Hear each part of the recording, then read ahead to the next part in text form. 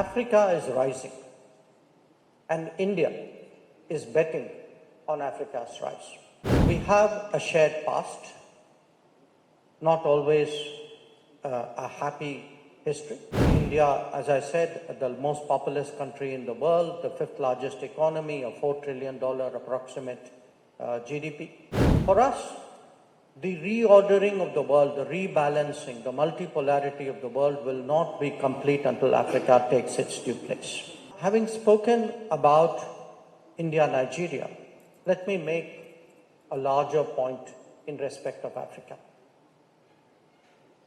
Africa is rising and India is betting on Africa's rise.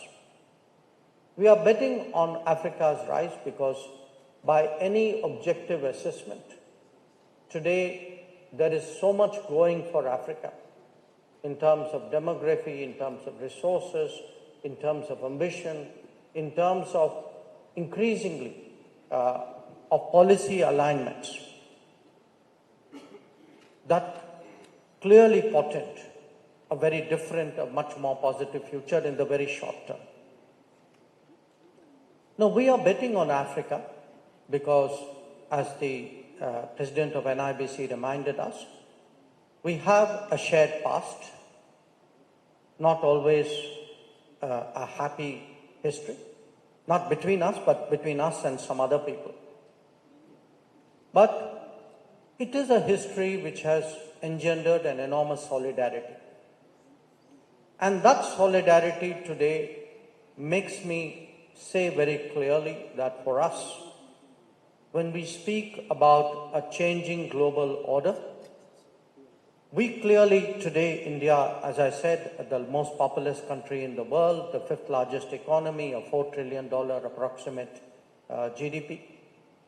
For us, the reordering of the world, the rebalancing, the multipolarity of the world will not be complete until Africa takes its due place.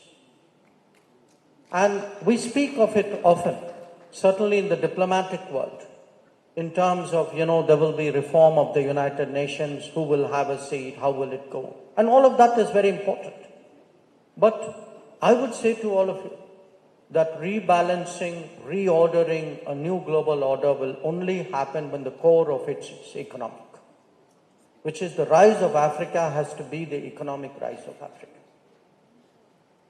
Now, that obviously presents choices because it is very difficult to go up in the global order by being a market for others or just by being a provider of resources.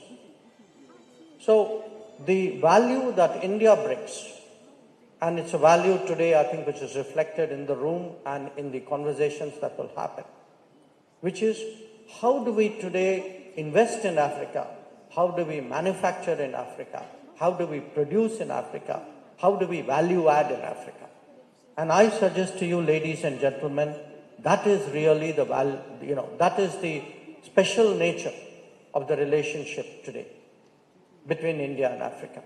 That we are prepared today to partner in this range of activities of production, of value add, of research, of localization, of the employment which will come with it, and of addressing the socio-economic needs which are very similar to ours. We are all on the same journey today. Some of us are a little bit ahead, but at the end of the day, everything that we are going through currently and we have been through and we will go through are exactly what is your journey as well.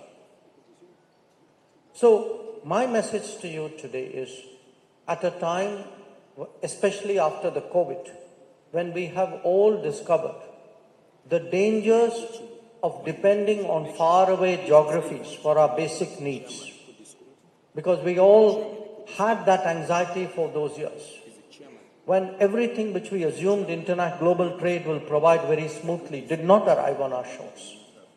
That today, if there is a push for local production, for, as I said, greater value add, if we need more resilient and reliable supply chains, if we have to share technology, India is your partner. And these are not nice words to be said at a conference.